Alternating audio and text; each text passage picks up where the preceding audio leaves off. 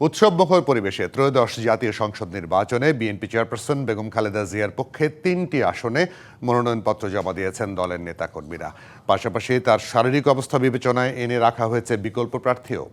ঢাকা ১৭ এবং বগুড়া ৬ আসনে মনোনয়নপত্র দাখিল করেছেন দলের ভারপ্রাপ্ত চেয়ারম্যান তারেক রহমানের প্রতিনিধিরা।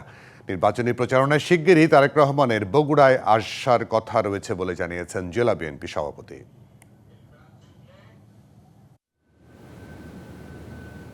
গত ৩রা নভেম্বর ২৩৭ আসনে প্রার্থী তালিকা ঘোষণা করে বিএনপি। ফেনী ১, বগুড়া ৭ ও দিনাজপুর ৩ আসন থেকে নাম ঘোষণা করা হয় দলের চেয়ারপারসন বেগম খালেদা জিয়ার। সোমবার মনোনয়ন সংগ্রহ জমাদানের শেষ দিনে ৩টি আসন থেকেই খালেদা জিয়ার পক্ষে মনোনয়নপত্র দাখিল করা হয়। ফেনী ১ আসনে খালেদা জিয়ার পক্ষে জেলা রিটার্নিং কর্মকর্তার কার্যালয়ে মনোনয়নপত্র জমা দেন তার নির্বাচনী সমন্বয়ক রফিকুল আলম মজনু। একই আসনে খালেদা জিয়ার শারীরিক অবস্থা বিবেচনায় রেখে মজনু বিএনপির প্রার্থী হতে মনোনয়নপত্র জমা দেন। দেশনেত্রী বেগম খালেদা জিয়ার পক্ষে আমরা ফেনী ১-এর যে আমাদের যে মনোনয়ন সেটা আমরা সকলে একসঙ্গে মিলে আমরা সেটা জমা দিয়েছি এবং পাশাপাশি ফেনী ১ থেকে দল আমাকে একটি মনোনয়ন দিয়েছেন। বগুড়া ৭ আসনে বেগম খালেদা জিয়ার পক্ষে মনোনয়নপত্র জমা দেন গাবতলী উপজেলা বিএনপির সভাপতি মোর্শেদ মিল্টন। বিকল্প হিসেবে মনোনয়নপত্র জমা দিয়েছেন তিনি নিজেও। সাবেক সংসদ সদস্য হেলালুজ্জামান তালুকদার লালু ভাই উনি জমা দেবেন। এছাড়াও বিকল্প প্রার্থী হিসেবে আমরা যতটুকু জেনেছি যে মোর্শেদ মিল্টন সাহেবও। এর আগে রবিবার দিনাজপুর ৩ আসনেও বেগম খালেদা জিয়ার পক্ষে মনোনয়নপত্র দাখিল করা হয়। এই আসনে দলের বিকল্প প্রার্থী সৈয়দ জাহাঙ্গীর আলম। ত্রয়োদশ জাতীয় সংসদ নির্বাচনে বগুড়া ৬ আসন থেকে দলের ভারপ্রাপ্ত চেয়ারম্যান তারেক রহমানের পক্ষে মনোনয়নপত্র দাখিল করেন জেলা বিএনপি নেতারা। একটা নতুন বাংলাদেশ পেয়েছি। আমাদের মহান নেতা বিএনপির ভারপ্রাপ্ত চেয়ারম্যান জনাব তারেক রহমানের পক্ষে আজকে বগুড়া সদর ৬ আসন থেকে আমরা মাননীয় জেলা প্রশাসকের মহোদয়ের কাছে তার মনোনয়নপত্র দাখিল করেছি। তারেক রহমান বগুড়া ৬ আসনের পাশাপাশি ঢাকা ১৭ আসন থেকেও নির্বাচন করছেন। সোমবার সেগুনবাগিচায় রিটার্নিং অফিসারের কাছে মনোনয়নপত্র জমা দেন তার প্রধান নির্বাচনী সমন্বয়ক ও বিএনপি চেয়ারপারসনের উপদেষ্টা পরিষদের সদস্য আব্দুস সালাম। সঙ্গে ছিলেন অধ্যাপক ডাক্তার ফরহাদ হালিম ডোনার। Khalid Hasan, DBC news desk. নতুন এবং ফিরে আসা গ্রাহকদের জন্য নগদে চলছে ক্যাশব্যাক সহ প্রতিদিন হাজারো উপহার জেতার সুযোগ। হবে আশা আর ফেরা সারপ্রাইজ সেরা।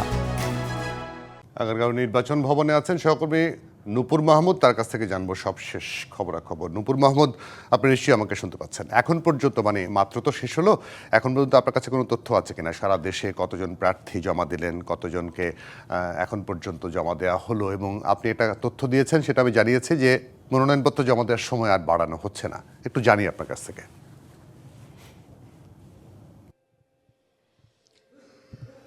দেখুন, কিছুক্ষণ আগে কিন্তু নির্বাচন কমিশনের সচিব কথা বলেছেন, আর যদিও অফিসিয়ালভাবেই কথাটি বলেছেন যে মনোনয়নপত্র দাখিলের সময় কিন্তু আর নির্বাচন কমিশনের পক্ষ থেকে বাড়ানো হচ্ছে না।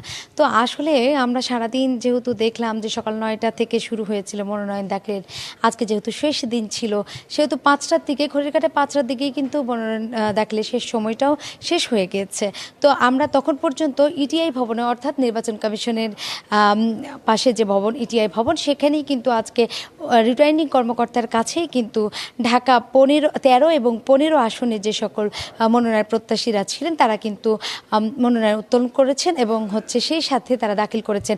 তো তখন পর্যন্ত আমরা কিন্তু জেনেছিলাম, অর্থাৎ বিকেল 5টা পর্যন্ত আমরা জানতে পেরেছি যে প্রায় 33টি মতো উত্তোলন করেছেন এবং 9টি মতো দাখিল করেছেন। তো আসলে সারা দেশে এখন পর্যন্ত প্রায় 3 থেকে 4 হাজারের মতো, প্রায় 3 থেকে 4 হাজার বলছি আমি, কারণ এখন পর্যন্ত যে সকল মাঠ পর্যায়ে থেকে তথ্যগুলো আসে নির্বাচন কমিশনের কাছে, এখন পর্যন্ত সে সকল তথ্য ইসি সচিব বা নির্বাচন কমিশনের কারো কাছে আসেনি বলেই আমরা অ্যাকুরেট যে হিসেবটা এটা আমরা দিতে পারছি না।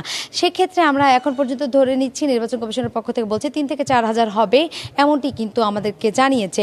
আসলে আমরা দেখলাম যে সারাদিনই আজকে উৎসব মুখরভাবেই কিন্তু মনোনয়ন দাখিল এবং উত্তোলন করেছেন আমরা দেখেছি। আর এর মধ্যে আমরা কিন্তু দেখেছি যারা হেভি ওয়েট প্রার্থী ছিলেন, ঢাকা 13 এবং 15 আসনের, তারাও কিন্তু ইটিআই ভবনে এসে তারাও কিন্তু কথা বলেছেন এবং সাংবাদিকদের বিভিন্ন প্রশ্নের জবাবেও কিন্তু তারা বলেছেন যে জামাতের সাথে যে জোটবদ্ধের যে বিষয়টি আছে, এই বিষয়টি যেহেতু আজকে কয়েকদিন থেকে ঘুরপাক খাচ্ছিল, সেই বিষয়টিও কিন্তু ক্লিয়ার করেছেন জামাতের নেতারা। তারা কিন্তু বলছে জামায়াতের পক্ষ অনেক থেকে ধন্যবাদ যে নূপুর যারা মাহমুদ, জোট আপনি থাকবেন আমরা পরবর্তী খবরে আপনার চেষ্টা করব আরো কোনো তথ্য আছে কিনা এবং সবশেষ কতজন সারা বাংলাদেশে মনোনয়নপত্র আজকে দাখিল করলেন সেই বিষয়টির আপডেট তো অবশ্যই আপনার কাছে জানবো। অনেক ধন্যবাদ আপনাকে।